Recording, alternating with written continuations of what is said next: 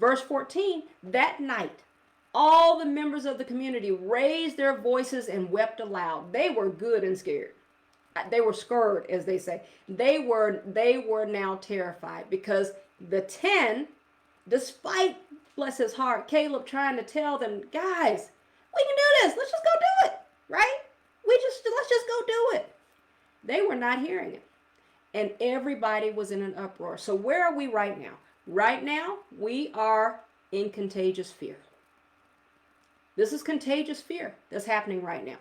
Because earlier I defined fear as an emotion and contagious as an emotion, feeling, or attitude likely to spread and affect others.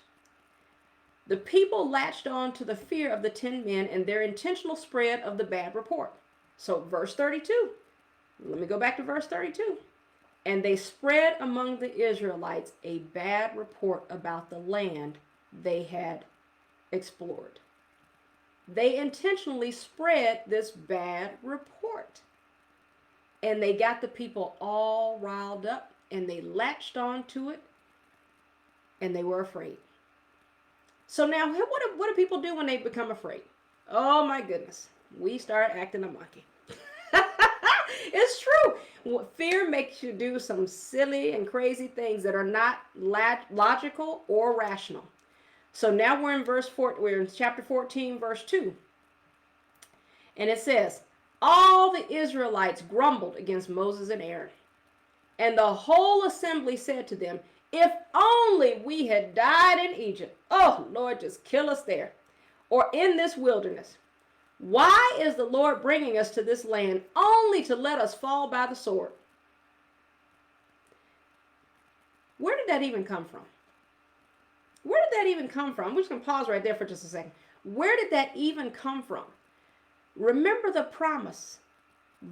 Chapter 13, verse 2. God gave them a promise.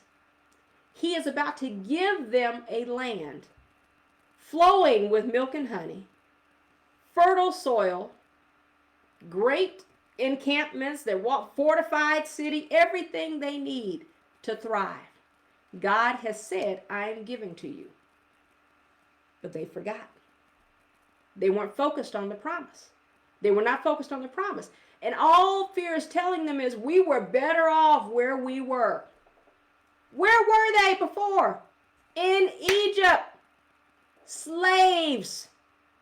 Need I remind you? They were slaves. Fear will make you want to go back to things you should never have been in the first place. It will make you go back to things you should have never been in the first place. Why is the Lord bringing us to this land only to let us fall by the sword? So in their mind, they're going to go into the land that God promised them, and he's going to kill them. You know what? When we're reading it, it sounds ridiculous, right?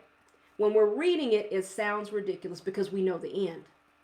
But in our own lives, we do the same thing. We do the same thing. God made us a promise, but when we see the journey that it takes to get there, we go, oh my God, like why would he make me do all these things? This is terrible.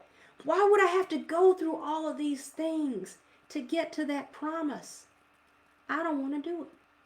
I'd rather stay where I am than do all of that. If that's what's required, leave me where I am. We do it. We say it. If we don't say it out loud, we say it in our hearts. It's a journey that has to take place that gets you to the promise.